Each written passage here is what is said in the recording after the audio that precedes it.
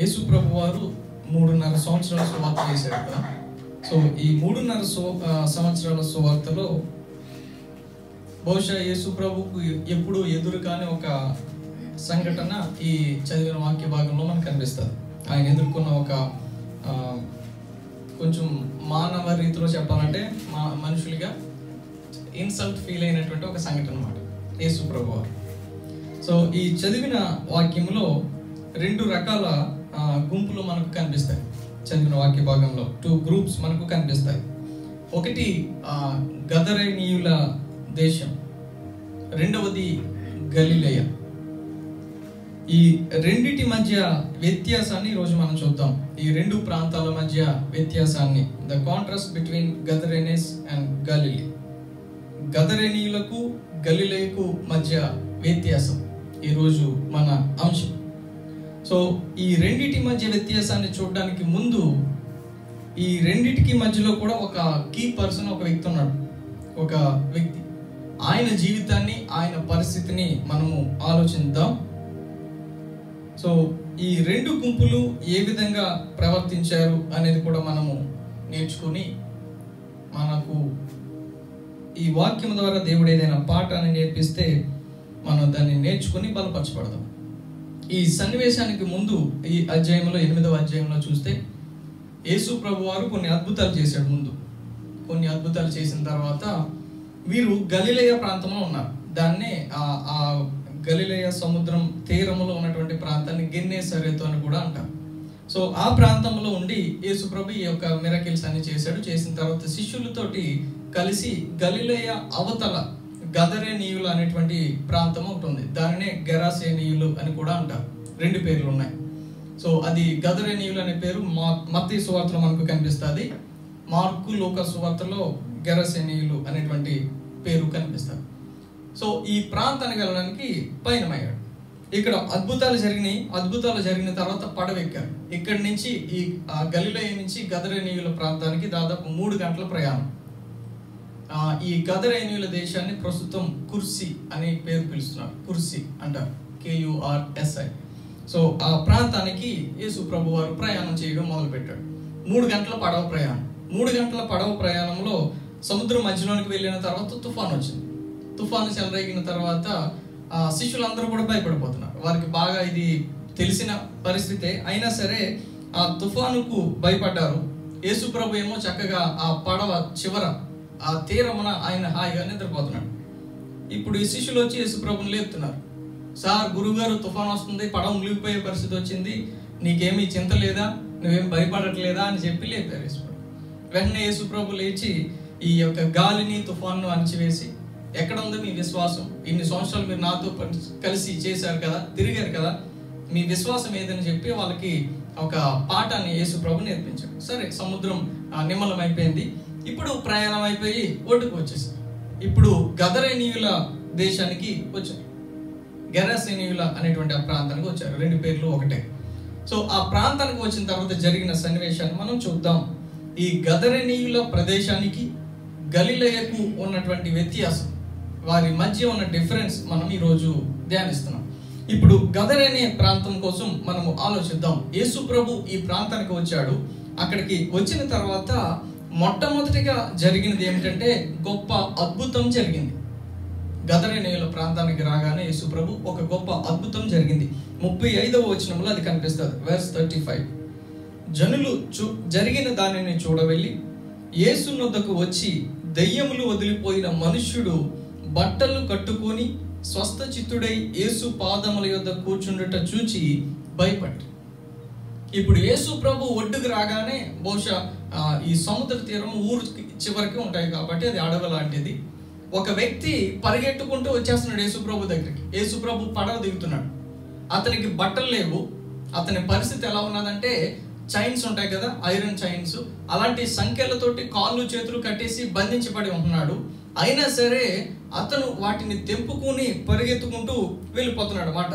అతనికి ఒళ్ళంతా గాయాలతో ఉన్నాయి. చింపిరి జుట్టు వేసుకుని ఉన్నాడు. స్నానం లేదు, ఒంటి మీద బట్టలు లేవు. ఒళ్ళంతా కూడా చూడడానికి చాలా దారుణమైన పరిస్థితిలో ఉన్నాడు. అతనిని చూస్తేనే భయపడతారు. ఎందుకంటే అతనిలో చాలా దయ్యాలు ఉన్నాయి. ఒక దెయ్యం ఉంటేనే ఆ మనిషిని దాదాపు 3-4 బలమైన వ్యక్తులు కంట్రోల్ చేస్తే కానీ కంట్రోల్ కాదు. మీరు ఎవరైనా ఒకవేళ దెయ్యం పెట్టిన వాళ్ళు ఎప్పుడైనా చూస్తే తెలిసి ఉండొచ్చు, అంత బలం ఉంటారు.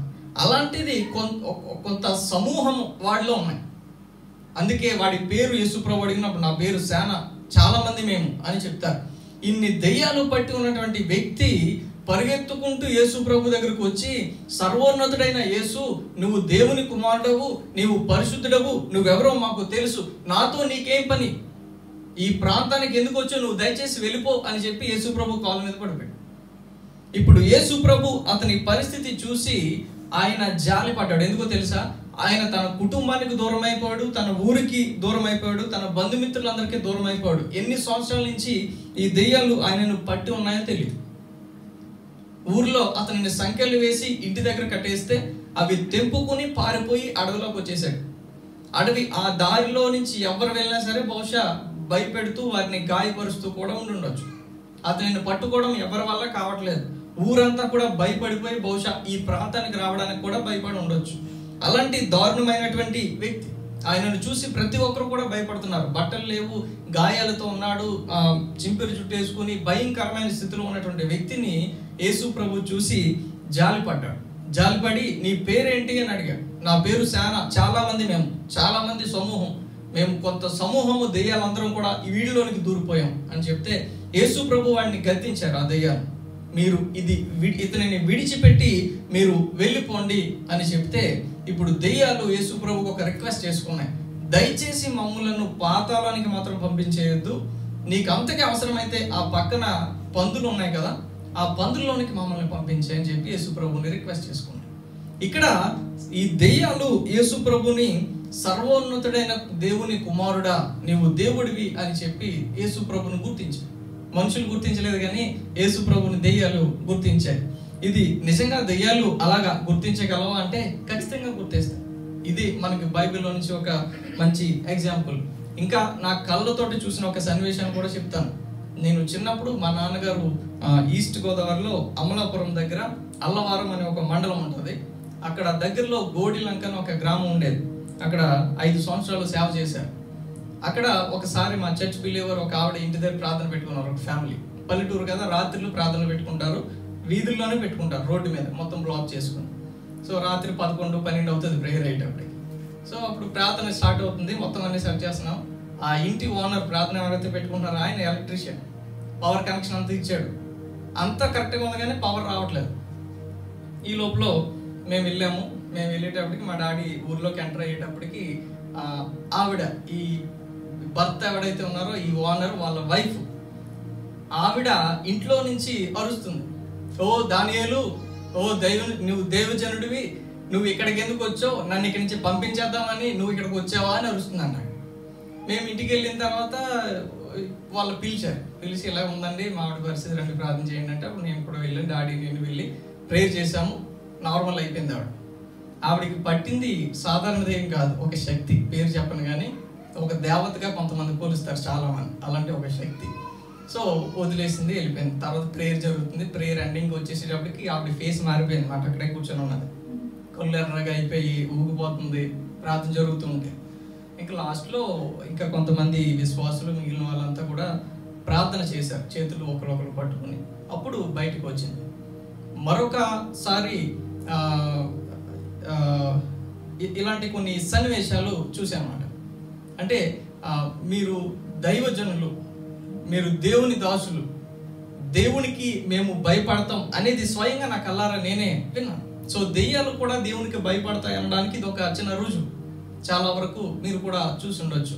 సో ఇక్కడ దెయ్యాలు కూడా అదే చెప్తున్నాయి, యేసు ప్రభు రాగానే నీవు దేవుడివి, సర్వోన్నతుడు అయిన దేవుని కుమారుడా, నీకు మాతోటి ఏంటి పని, నువ్వు దేవుడివి, మేము దెయ్యాలు, మా దగ్గరికి ఎందుకు వచ్చావు, దయచేసి ఇక్కడి నుంచి వెళ్ళిపో అని చెప్పి ఆయన మీద కాళ్ళ మీద పడి బ్రతిమాలుతున్నాడు. ఇప్పుడు యేసు ప్రభు అతని స్థితిని చూసి చాలా జాలి పడ్డాడు, ఆయనను స్వస్థపరచాలనుకున్నాడు, దెయ్యాల్ని పారద్రోలాలనుకున్నాడు. ఇప్పుడు అవేమో మేము పందుల్లోనికి వెళ్ళిపోతాము, దయచేసి మమ్మల్ని పాతాళానికి పంపించొద్దని రిక్వెస్ట్ చేసుకున్నాయి. ఇప్పుడు యేసు ప్రభు దానికి అంగీకరించాడు. పందుల్లోనికి వాటిని వెళ్ళడానికి అంగీకరించిన వెంటనే అక్కడెక్కడో కొండ పైన పందులు మేస్తున్నాయి. ఆ స్థలం ఇప్పటికీ కూడా ఉంది, మీరు ఇశ్రాయేల్ దేశం వెళ్తే చూడొచ్చు. అది చాలా ఎత్తులో కొండ ఉంటే అక్కడ పందులు మేస్తున్నాయి. దాదాపు ఎన్ని పందులు ఉన్నాయంటే 2000 పందులు ఉన్నాయి అక్కడ. మార్కు సువార్తలో మీకు అది కనిపిస్తుంది గుంపు. ఈ 2000 పందుల్లోనికి దెయ్యాలు వెళ్ళిపోయినాయి. ఆ పైనుంచి స్పీడ్గా పరిగెట్టుకుంటూ సముద్రంలోకి వచ్చి దూరిపోయినాయి ఆ పందులు. సముద్రంలోనికి వెళ్ళగానే నీటిలో పడి ఊపిరి ఆడకి చచ్చిపోయాయి. 2000 పందులు చచ్చిపోయాయి. మనకు వచ్చి డౌట్ ఏంటంటే, దెయ్యాన్ని వదిలించడం చాలా బాగుంది కానీ 2000 పందుల్ని చంపేయడం అన్యాయం కాదా యేసు ప్రభు అని అనుకుంటాం కదా. సో నాకు అది ఆలోచన వచ్చింది. కానీ యేసు ప్రభు సువార్త చేసినప్పుడు ఆయన 3.5 సంవత్సరాల పరిచర్యలో యేసు ప్రభు ఎక్కడెక్కడ సువార్త ప్రకటించాడంటే యూదులందరికీ ప్రకటించాడు సువార్త. ఈ 8వ అధ్యాయం ప్రారంభంలో ఒక మాట ఉంటుంది, ఆయన రాజ్య సువార్త తెలుపుతూ ప్రతి గ్రామానికి ప్రతి పట్టణానికి కూడా ఆయన వెళ్ళాడంట. ఈ ఇశ్రాయేలీయులు యూదులు అనేవారు ఎక్కడైతే ఉన్నారో ఆ చుట్టుపక్కల ప్రాంతాలన్నిటికీ కూడా ఆయన వెళ్ళి సువార్త చేశాడు. ఈ గదరేనీయులు అనే ప్రదేశంలో కూడా యూదులు ఉన్నారు. సో అక్కడ కూడా ఆయన వెళ్ళాడు ప్రకటించడానికి.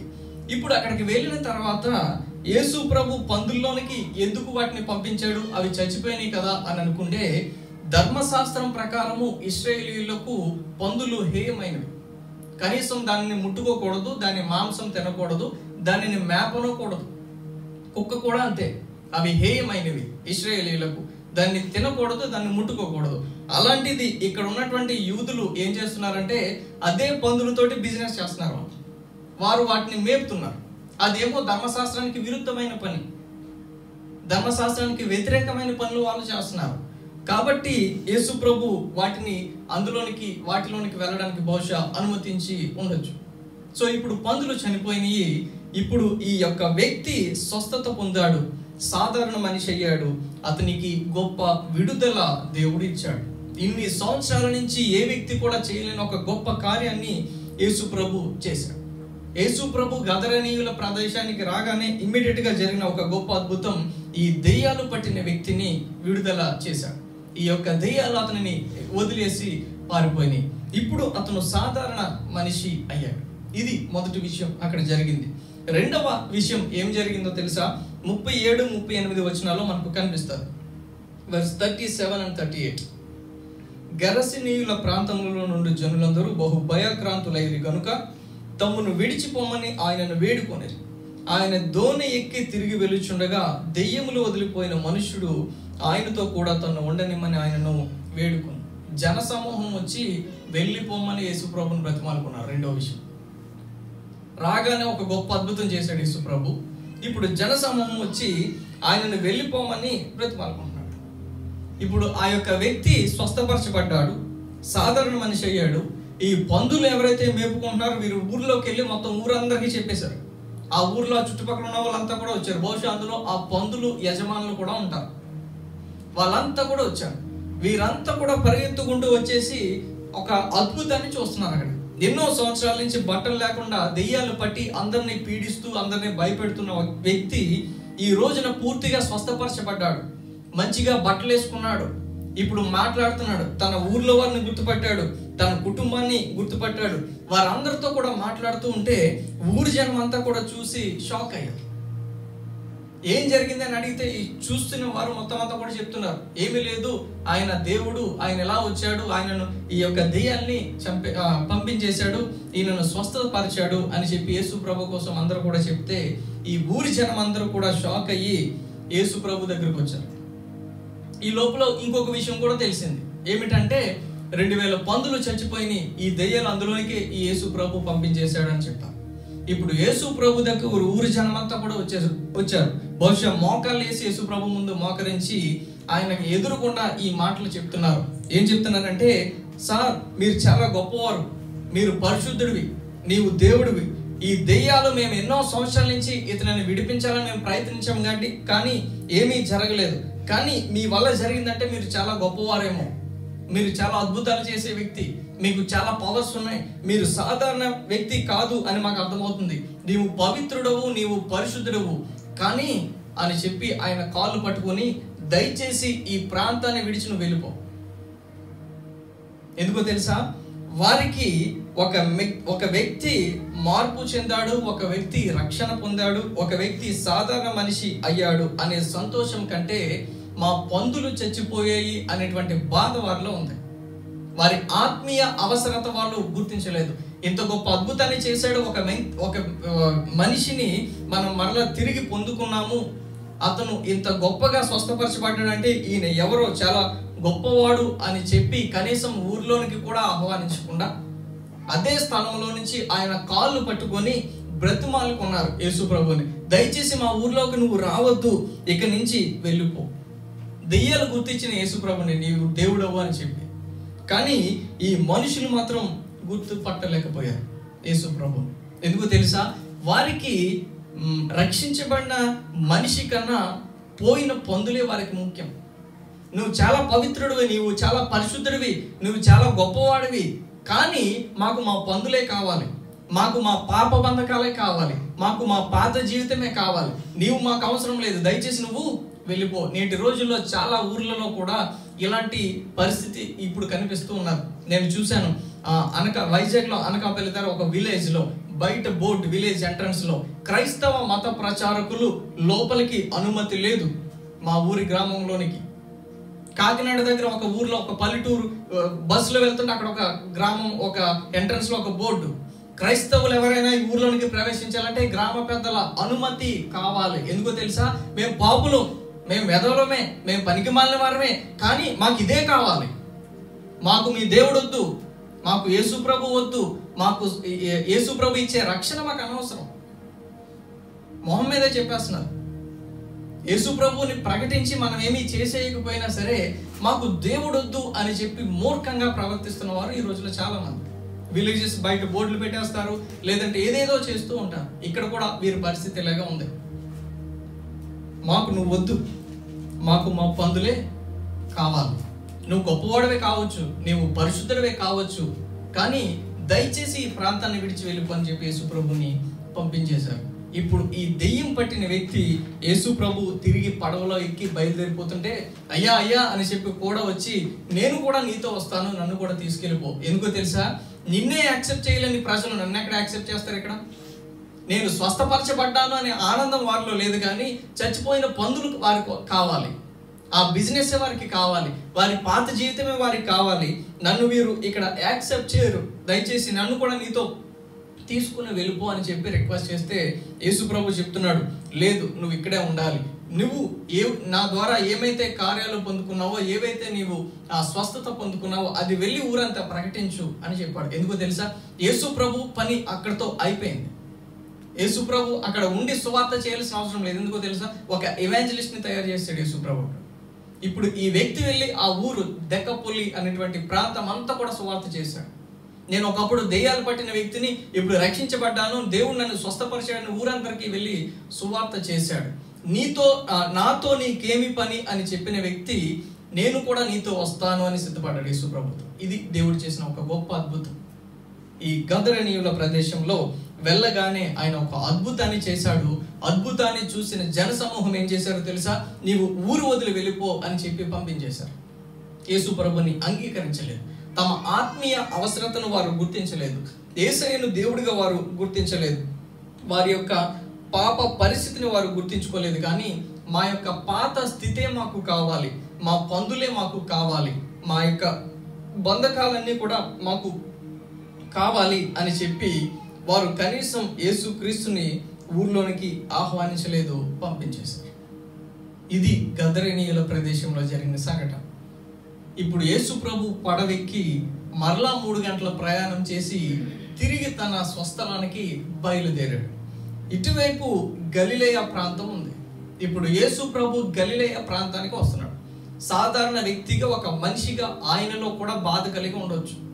ఎందుకంటే ఏ ఊర్లోకి వెళ్ళినా జనసమూహం కూడా వచ్చి ఆయన చేత స్వస్థతలు చేసుకున్నారు, సువార్త విన్నారు, ఆయన వెనకాల ఫాలో అయ్యారు. కానీ ఈ ఊర్లో కేవలం ఒకే ఒక వ్యక్తి రక్షణ పొందాడు, మిగిలిన ఊరంతా కూడా ఆయన తిరిగి పంపించేశారు. ఆ బాధలో బహుశా ఆలోచించుకుంటూ ఆయన పడవ ప్రయాణం చేస్తూ ఇటువైపు ఒడ్డుకు వచ్చాడు. ఇటువైపు ఒడ్డుకు వచ్చిన తర్వాత గలిలయ ప్రాంతంలో ఏం జరిగిందంటే 40వ వచనంలో మనకు కనిపిస్తుంది. వెర్స్ 40. జనసమూహము ఆయన కొరకు ఎదురు చూచుచుండెను గనుక యేసు తిరిగి వచ్చినప్పుడు వారు ఆయనను చేర్చుకున్నారు. ఇప్పుడు యేసు ప్రభు గలిలయ ఒడ్డుకు వచ్చేటప్పటికి ఆ యొక్క తీరం, సముద్ర తీరం అంతా కూడా జనసమూహం నిండి ఉన్నారు, చాలా మంది జనం. చాలా జనం ఉన్నారు. యేసు ప్రభు పడవ దరికి చేర్చి పడవలో నుంచి దిగుతూ ఉంటే యేసు ప్రభువును చూసి జనమంతా కూడా చాలా సంతోషపడి ఆయనను ప్రేమతో ఆహ్వానించారు. ఆయన కోసం ఎదురు చూశారు జన సమూహం. రెండవది ఏమిటంటే ఆయనను చేర్చుకున్నారు అని ఉంటారు. యేసు ప్రభువును చేర్చుకున్నారు. అయ్యా, మీకోసమే మేము ఎదురు చూస్తున్నాం, మీరు మా దగ్గరకు రండి, మా యొక్క ప్రాంతానికి రండి అని చెప్పి యేసు ప్రభువుని ఇక్కడ చేర్చుకున్నారు. ముందు జరిగిన పరిస్థితికి భిన్నంగా ఈ పరిస్థితి ఉంటుంది. అక్కడేమో వాళ్ళు నువ్వు రావద్దు అని చెప్పి తిరిగి పంపించేశారు. ఇక్కడేమో వీరు నీవు రావాలయ్యా అని చెప్పి యేసు ప్రభువుని తీసుకుని ఆయన కోసం ఎదురు చూడడం మాత్రమే కాదు కానీ ఆయనను చేర్చుకున్నారు. తమ ప్రాంతానికి వారిని తీసుకుని వెళ్ళారు. వారి యొక్క ఆత్మీయ స్థితిని వారు తెలుసుకున్నారు. యేసయ్య వారితో ఉండాలి అని అనుకున్నారు. ఆయనను దేవునిగా గుర్తించారు. ఇది గలిలయ ప్రాంతంలో జరిగిన సన్నివేశం. గదరేనీయుల ప్రదేశంలో యేసుక్రీస్తుని తిరిగి పంపించేస్తే గలిలయ వారు యేసుక్రీస్తుని చేర్చుకున్నారు. ఆయనను చేర్చుకున్న తర్వాత రెండవ విషయం ఏం జరిగిందో తెలుసా? 40 నుంచి 56 వచనాలు మనం చదివినట్లయితే, అంటే 40 నుంచి అధ్యాయం చివరి వరకు కూడా చదివినట్లయితే కనుక 2 అద్భుతాలు మనకు కనిపిస్తాయి. మొట్టమొదటి అద్భుతం ఏంటో తెలుసా? 12 సంవత్సరాల నుంచి ఒక స్త్రీకి రక్తస్రావం జరుగుతుంది, బ్లీడింగ్ అయిపోతుంది. ఎంతో మంది వైద్యుడి దగ్గరికి వెళ్ళింది, స్వస్థత లేదు. ఎంతో మంది వెనకాల తిరిగింది, గైనకాలజిస్టుల దగ్గరికి వెళ్ళింది. అయినా సరే ఎవరు కూడా ఏమి ట్రీట్మెంట్ ఇవ్వలేదు. తన ఆస్తి అంతా పోయింది కానీ తనకు స్వస్థత జరగలేదు. ఒక నెల రోజులు లేదంటే ఒక 10 రోజులు అయితే అది సాధారణ విషయం. 12 సంవత్సరాల నుంచి కంటిన్యూస్గా, అంటే ఆ మనిషి యొక్క పరిస్థితి ఎలా ఉందో ఒకసారి ఆలోచించవచ్చు. ఎంత సన్నగా అయిపోయి ఉండొచ్చో, బ్లడ్ అంతా కూడా పోయి. ఇప్పుడు ఆమె యేసు ప్రభువును ముట్టుకుంటే ఆమె స్వస్థపరచబడింది. 12 సంవత్సరాల నుంచి రక్తస్రావం కలిగిన స్త్రీ స్వస్థపరచబడింది. రెండవ గొప్ప అద్భుతం ఏంటో తెలుసా? యాయిరు అనేటువంటి ఒక వ్యక్తి యొక్క కుమార్తెను, చచ్చిపోయిన ఆమెను యేసు ప్రభు వెళ్ళి బ్రతికించాడు. ఈ 2 గొప్ప అద్భుతాలు యేసయ్య చేశాడు. గదరేనీయుల ప్రదేశంలో ఏం జరిగిందో తెలుసా? వెళ్ళిన వెంటనే అద్భుతం జరిగింది. జన సమూహమేమో తిరిగి పంపించేశారు యేసు ప్రభు. ఈ గలిలయలో ఏం జరిగిందో తెలుసా? జన సమూహం అంతా కూడా కలిసి ఆయనను ఆహ్వానించారు. తరువాత అద్భుతం జరిగింది. ఇది ఈ 2 ప్రాంతాల మధ్య ఉన్న వ్యత్యాసం. 2 ప్రదేశాలు చూసాం, 2 గుంపులు చూసాం. ఒక గుంపు యేసయ్యను చేర్చుకోలేదు, తమ ఆత్మీయ అవసరతను గుర్తించలేదు. మరొక గుంపు యేసయ్యను చేర్చుకున్నారు, తమ ఆత్మీయ అవసరతను గుర్తించారు. ఒక గుంపు తమ స్థితే, తమ పాత స్థితే మాకు ముఖ్యం అనుకున్నారు. ఆ దెయ్యాలు పట్టిన వ్యక్తి శారీరకమైన బంధకాలలో ఉంటే ఆ ఊరి ప్రజలు ఆత్మీయమైన బంధకాలలో ఉన్నారు. ఇప్పుడు యేసు ప్రభు వెళ్ళి సువార్త చేస్తూ ఉంటే ఆ సువార్తకు ఆయనను ఆహ్వానించలేదు, కనీసం ఆయన మాటలు వినడానికి కూడా ఇష్టపడలేదు. అక్కడ తలుపు దగ్గర నుంచే, ఆ ఊరి ద్వారము దగ్గర నుంచే ఆయనను తిరిగి పంపించేశారు. ఎందుకు తెలుసా? మా బంధకాలు మాకు ఓకే, మా పాప బంధకాల్లో మేము ఉంటాము, మాకు నీ వాక్యం అవసరం లేదు, మాకు విడుదల అవసరం లేదు. వాడేదో విడిపించబడ్డాడు, ఓకే, వాడికి స్వస్థత చేసో తీసుకుని వెళ్ళిపో. కానీ మాకు మా బంధులే ముఖ్యం, మా పాప బంధకాలే మాకు ముఖ్యం. మేము ఎలాంటి స్థితిలో ఉన్నా సరే మాకు ఓకే, నీ యొక్క సువార్త మాకు అవసరం లేదు, నీవు దేవుడు అయితే మాకేంటి అన్నట్టుగా ఆయనను కనీసం ఆహ్వానించడానికి ఇష్టపడకుండా తిరిగి పంపించేశారు. గలిలయ ప్రాంతం వారు అలా చేయలేదు. ఆయనను దేవునిగా గుర్తించారు, తమ ఆత్మీయ అవసరతను తెలుసుకున్నారు. యేసు ప్రభు తమతో ఉంటే వారికి ఆనందం ఇస్తాడు, యేసు ప్రభు తమతో ఉంటే ఆయన రక్షణ ఇస్తాడు అని చెప్పి గుర్తించారు గలిలయ ప్రాంతం వారు. బట్ గదరేనీయుల ప్రాంతం వారు ఆయనను గుర్తించలేదు. సో ఏ గుంపులో నీవు ఉన్నావు? గదరేనీయుల గుంపులో ఉన్నావా? యేసయ్యను చేర్చుకోలేని గుంపులో, లేదంటే గలిలయ గుంపులో యేసయ్యను చేర్చుకునే గుంపులో ఉన్నావు? ఎన్నోసార్లు వాక్యాన్ని వినుండొచ్చు. నువ్వు విశ్వాసమైనా లేదంటే విశ్వాసవి కాకపోయినా సరే యేసు ప్రభు కోసం వినుండొచ్చు, యేసు ప్రభు చేసిన అద్భుతాలు తెలుసుకుని ఉండొచ్చు, అనేక మీటింగ్స్కి అటెండ్ అయి ఉండొచ్చు, లేదంటే చాలాసార్లు లైవ్లో వాక్యాలు వింటూ ఉన్నావేమో. కానీ నీ యొక్క పాప బంధకాల నుంచి విడిపించబడడానికి ఇష్టపడట్లేదేమో. నేను పాప బంధకాల్లో ఉన్నాను, నా యొక్క స్థితి బాగోలేదు, నా పరిస్థితి మంచిది కాదు, నాకు తెలుసు అది, కానీ యేసు ప్రభు నాకు అవసరం లేదు అని రిజెక్ట్ చేస్తున్నావేమో. ఎన్నోసార్లు ఆయన వాక్యం ద్వారా మనతో మాట్లాడినప్పుడు ఆయన నువ్వు ఆహ్వానిస్తావేమో అని ఎదురు చూస్తూ ఉండొచ్చు, కానీ నువ్వు ఎప్పటికీ కూడా ఆహ్వానించకుండా నీవు నాకు అవసరం లేదని చెప్పి తిరిగి పంపించేస్తున్నావా? ఈ గదరేనీయుల ప్రదేశం వారు సేమ్ అదే చేశారు. మాకు మా పొందులే ముఖ్యం, మాకు మా పాప స్థితే మాకు ముఖ్యం, మాకు సరైన జీవితం లేకపోయినా పర్లేదు, నీ రక్షణ మాకొద్దు అని చెప్పి యేసుక్రీస్తుని పంపించేశారు. నీవు కూడా అలాంటి స్థితిలోనే ఉన్నావా?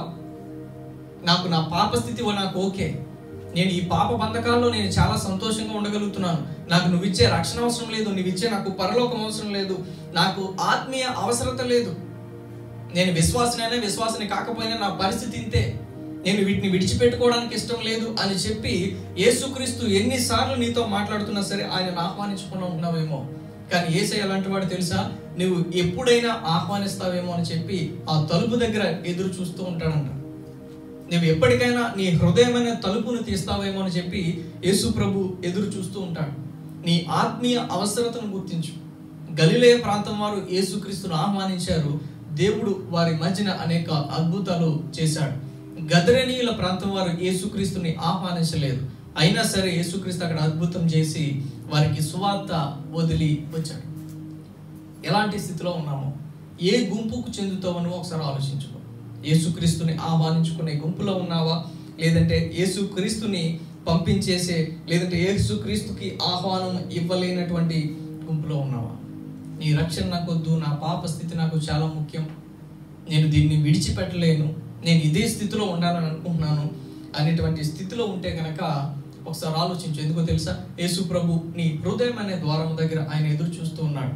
ఎందుకు నేను యేసుక్రీస్తుని ఆహ్వానించాలి అంటే, యేసు ప్రభువు నీ కోసం చనిపోయాడు. నీవు రక్షణ పొందాలంటే యేసు ప్రభుని నువ్వు నమ్ముకోవాలి. నీవు పరలోకానికి వెళ్ళాలనుకుంటే యేసు ప్రభుని నువ్వు నమ్ముకోవాలి. నీవు నరకానికి వెళ్ళకూడదు, నాకు మోక్షం కావాలనుకుంటే యేసు ప్రభు తప్ప ఇంకెవరు కూడా నీకు ఆ యొక్క మార్గాన్ని ఇవ్వలేరు. ఆయనే దేవుడు, నా ద్వారా తప్ప ఇంకా ఎవడు కూడా తండ్రి వద్దకు రాలేడు అని యేసు ప్రభు చెప్పాడు. నీవు మోక్షం కావాలని కోరుకుంటే, నీకు శాంతి సమాధానం కావాలని కోరుకుంటే, నేను పరలోక రాజ్యాన్ని చేరాలని నువ్వు అనుకుంటే గనక నీవు చేయాల్సిన పని ఖచ్చితంగా యేసు ప్రభువే నీకు దిక్కు. నాకు ఆయన లేకుండా నేను ఇవన్నీ కూడా పొందుకుంటాను అనుకుంటే అది అసాధ్యం. యేసు ప్రభు మనందరి కోసం మరణించాడు. ఆయన ఈ లోకానికి 2020 సంవత్సరాల క్రితం వచ్చి మన కోసం తన ప్రాణాన్ని అర్పించాడు. తన విలువైన జీవితాన్ని మన కోసం ధారపోశాడు. తన యొక్క రక్తాన్ని మన కోసం చిందించాడు. ఆ యొక్క కలువరి సిలువలో ఆయన మరణించి మనందరికీ కూడా తన రక్షణను ఉచితంగా ఇచ్చాడు. నీవు చేయాల్సిన గొప్ప గొప్ప పనులు ఏమీ లేవు, నువ్వు ఎక్కడెక్కడికో వెళ్ళాల్సిన పని లేదు, నువ్వేవేవో కొని నువ్వేవో కానుకలు ఇవ్వాల్సిన అవసరం లేదు. కేవలం నువ్వు చేయాల్సిన పని ఏమిటో తెలుసా, నీ హృదయమైన తలుపును తీస్తే చాలు. యేసు ప్రభు నీలోనికి వచ్చి నిన్ను ఆయన పరలోక రాజ్యానికి నిన్ను తీసుకుని వెళ్తానని చెప్తున్నాడు. ఒకవేళ నువ్వు ఎన్ని వాక్యాలు విన్నా, ఎన్ని మీటింగ్స్ అటెండ్ అవినా, ఎన్ని సంవత్సరాల నుంచి నువ్వు చర్చికి వెళ్తూ ఉన్నా సరే, నీ జీవితం సరైన స్థితిలో లేకపోతే, నీ జీవితం మార్పు లేని జీవితంగా ఉంటే గనక ఈ రోజే ఒక పాట మనకు దేవుడు నేర్పుతున్నాడు. ఏమిటో తెలుసా, నీ జీవితాన్ని మార్చుకోవడానికి ఇష్టపడు, నీ పాప బంధకాల నుంచి విడిపించబడ్డానికి ఇష్టపడు, ఆయన నీ జీవితంలోనికి ఆహ్వానించు, ఆయన నీ జీవితాన్ని మారుస్తాడు. పరలోక రాజ్యాన్ని నీకు ఇవ్వడానికి ఆయన సిద్ధంగా ఉన్నాడు. ఏ గుంపులో ఉన్నావో ఒకసారి నిర్ణయించుకో. నీవు గదరేనీయుల గుంపులో ఉన్నావో లేదంటే గలిలయ గుంపులో ఉన్నావో ఒకసారి తేల్చుకో. యేసయ్య మన కోసం మరణించాడు. నీవు విశ్వాసం అయితే, మనలో ఇంకా ఏదైనా లోపాలు ఉంటే వాటిని విడిచిపెట్టుకోలేకపోతూ ఉంటే గనక ఈ రోజే మనం ఒక మంచి తీర్మానం చేసుకుందాం. యేసయ్య, ఆ దెయ్యాలు పట్టిన వ్యక్తిని నీవు బంధకాల నుంచి విడిపించావు కదా, నేను కూడా కొన్ని పాప బంధకాల్లో ఉన్నాను, ఆ బంధకాల నుంచి నన్ను కూడా విడిపించు, నాకు విమోచన కావాలి, నేను విడిపించబడాలని ఆశపడుతున్నాను, నన్ను కూడా వినిపించు అని ఒక ప్రార్థన చేసుకుందాం. ఒక విషయాన్ని చెప్పి నేను వాక్యాన్ని ముగిస్తాను. 1800 సంవత్సరంలో 1800లో ఇంగ్లాండ్ దేశంలో మంచి గొప్ప ఉజ్జీవం వచ్చింది. అప్పుడే అనేక మంది మిషనరీస్ లేపబడ్డారు. చాలా మంది దైవ సేవకులు తయారవి గొప్ప గొప్ప ఉజ్జీవ సభలు పెడుతూ సువార్త ప్రకటిస్తున్నటువంటి రోజులవి. ఆ సమయంలో వేల్స్ అనేటువంటి పట్టణంలో ఇంగ్లాండ్లో గొప్ప ఉజ్జీవం సంభవించినటువంటి సమయం అది. ఆ సమయంలోనే అక్కడ మిషనరీస్ తయారయ్యారు. ఈ మిషనరీస్ అందరూ కూడా తయారవి వారిలో కొంతమంది మనము సువార్త చేయాలి, మనం మిషనరీస్ అంటే ఎక్కడైతే సువార్త లేదో ఆ స్థలానికి మనం వెళ్ళి సువార్త ప్రకటించాలి అని చెప్పి వారిలో కొంతమంది ప్రయాణం చేసి మన భారతదేశానికి వచ్చారు. భారతదేశంలో నార్త్ ఈస్ట్ ఇండియాకు వచ్చారు. ఉత్తర భారతదేశంలో నార్త్ ఈస్ట్ ఇండియా అంటే అస్సాం, మణిపూర్, నాగాలాండ్, తర్వాత మిజోరాం, ఇలాంటి ఈ ప్రాంతాలు నార్త్ ఈస్ట్ ఇండియా. ఈ ప్రాంతానికి ఉత్తర భారతదేశానికి సువార్త ప్రకటించడానికి వచ్చారు. ఈ యొక్క నార్త్ ఈస్ట్ ఇండియాలో అప్పటి పరిస్థితులు ఏమిటంటే, ఈ యొక్క నార్త్ ఈస్ట్ ఇండియాలో ఉండేవారు సరిగా చదువు లేదు, వారికి సమాజంతో సరైన సంబంధం లేదు. వారి ఎవరైనా వేరే వ్యక్తులు, వేరే మనుషులు వారి ప్రాంతానికి వెళ్తే వాళ్ళని చంపేసేవారు. చంపేసి తలలో కోసేసి ఇంటి ముందు తలలు వేలాడి కట్టేవారు. అండ్ మనుషుల్ని చంపేసి ఆ రక్తాన్ని తాగేవారు. ఇప్పటికే కూడా కొంతమంది అక్కడ గేదెలు కానీ ఆవులు కానీ ఉంటే వాటి మెడ దగ్గర బాణం వేసి గుచ్చి వేడి బ్లడ్ వస్తుంది, దాన్ని గిన్నెలో పట్టుకుని అప్పుడే అలా తాగేస్తారు. చాలా మంది, నేను బైబిల్ కాలేజీలో అలాంటి వాళ్ళతో చదువుకున్నాను. నా ఫ్రెండ్స్ చాలా మంది నార్త్ ఈస్ట్ ఇండియా వాళ్ళు అక్కడ కాలేజ్లో, వారు కూడా వారి సాక్ష్యాలు చెప్పేవారు. ఎందుకంటే అది వెనకబడిన ప్రాంతం, వారికి సమాజంతో సరైన సంబంధాలు లేవు. మన మిగిలిన భారతదేశంలో క్యాస్ట్ సిస్టమ్ ఉంటే అక్కడ ట్రైబ్స్ ఉంటాయి, తెగలు. ఒక ట్రైబ్ వాళ్ళు గొప్ప, ఇంకొక ట్రైబ్ వాళ్ళు చిన్నవాళ్ళు. ఇస్రాయేల్ దేశంలో ఉన్నట్టు వారికి క్యాస్ట్ అంటే అదే ట్రైబ్సే. సో ఇలాగా ఈ మనుషులను చంపుకునే హెడ్ హంటర్స్ ఎవరైతే ఉన్నారో అలాంటి ఒక తెగ దగ్గరకు ఈ మిషనరీస్ గుంపు వెళ్ళి సువార్త ప్రకటించారు. వాళ్ళు అంగీకరిస్తారా? అంగీకరించారు కదా. కానీ చాలా కష్టపడి సువార్త చేస్తే, ఈ సువార్త చేసిన సమయంలో ఒక కుటుంబం రక్షించబడింది. నార్త్ ఈస్ట్ ఇండియాలో ఒక కుటుంబం రక్షించబడింది. భార్య, భర్త, 2 కొడుకులు, వారికి 4. ఈ కుటుంబం రక్షించబడింది. ఈ విషయం అలా ఒకరికి అలా తెలిసి ఆ యొక్క ట్రైబ్ చీఫ్ ఉంటారు కదా, ఆ యొక్క తెగకు యజమాని, అతని వద్దకు వెళ్ళి అతనికి చాలా కోపం వచ్చింది. వెంటనే కుటుంబాన్ని పిలిచాడు, ఊరందరినీ కూడా పిలిచాడు. ఆ యేసు ప్రభు అనే దేవుణ్ణి ఎవరినో మీరు మొక్కారంట కదా, వారిని ఎవరినో మీరు నమ్ముకున్నారంట కదా, నేను ఇదే మీకు వార్నింగ్ ఇస్తున్నాను. మీరు ఆయనను విడిచిపెట్టి మరలా తిరిగి మన మతంలోనికి వచ్చాయి. వాళ్ళు ఎవరో బయట నుంచి వచ్చి మనకు వాక్యం చెప్తే అది ఎలా వింటారు అని చెప్పి వారికి వార్నింగ్ ఇస్తూ 2 కొడుకుల్ని తీసుకొచ్చి మధ్యలో కూర్చోబెట్టి, నీవు యేసు ప్రభుని విడిచిపెడతావా లేదంటే ఈ 2 కొడుకుల్ని చంపేయమంటావా అని చెప్పాడు. ఈ యొక్క ఇంటి యజమాని ఎవరైతే రక్షించబడ్డాడో ఆ వ్యక్తి ఆ సమయంలో ఒక మాట పలికాడు. ఏమిటో తెలుసా? I have decided to follow Jesus, no turning back, no turning back. నేను యేసుక్రీస్తుని వెంబడించాలనుకుంటున్నాను, నేను వెనుతిరుగను అని చెప్పి పాట పాడాడు. వెంటనే ఆ కొడుకులిద్దరిని కూడా చంపేశారు. ఆ యొక్క ఊరి జనం చంపేసి వారి తలలు తీసేశారు. ఏడుస్తున్నాడు. ఊర్లో జనం అంతా కూడా షాక్ అవుతున్నారు. నీ పిల్లలు అనవసరంగా ఎందుకు చంపుకుంటావు? ఆ యేసు ప్రభుని విడిచిపెట్టేయచ్చు కదా అని చెప్పాడు. అయినా సరే ఈయనేమీ కూడా మాట్లాడట్లేదు. మాట్లాడకపోతే మరలా ఆ యొక్క ట్రైబ్ కి పెద్దగా ఉన్నటువంటి వ్యక్తి వాళ్ళ భార్యను తీసుకుని రా అని చెప్పాడు. వాళ్ళ భార్యను తీసుకొచ్చి అక్కడ నిలబెట్టారు. మరొక అవకాశాన్ని ఇస్తాను నీకు, నీవు యేసు ప్రభుని విడిచిపెడితే నీ భార్యను విడిచిపెడతాను, లేదంటే నువ్వు యేసు ప్రభుని విడిచిపెట్టకపోతే నీ భార్యను కూడా చంపేస్తాను అని చెప్పాడు. వెంటనే ఈయన ఇంకొక మాట చెప్పాడు. ఏంటో తెలుసా?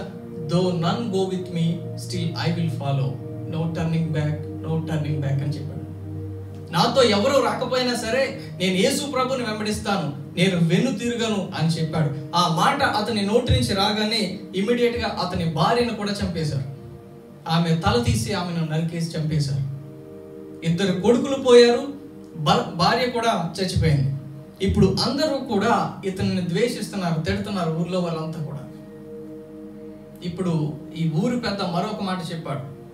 ఇంకొక చివరి అవకాశం ఇస్తున్నాను, నువ్వు ఒక్కడవే మిగిలిన, ఇప్పటికైనా నువ్వు యేసు ప్రభుని విడిచిపెడితే నిన్ను చంపకుండా వదిలేస్తాం, లేదంటే నిన్ను కూడా చంపేస్తాం అని చెప్తే ఈయన మధ్యలో నిలబడి the cross before me, the world behind me, no turning back అని పాడుకున్నాడు. నా ముందు సిలువ ఉంది, నా వెనకాల ప్రపంచం ఉంది, నేను వెను తిరగను అని చెప్పి తన ప్రాణాన్ని అర్పించాడు. ఈ పాట మనకు చిన్నప్పటి నుంచి చాలా బాగా తెలుసు.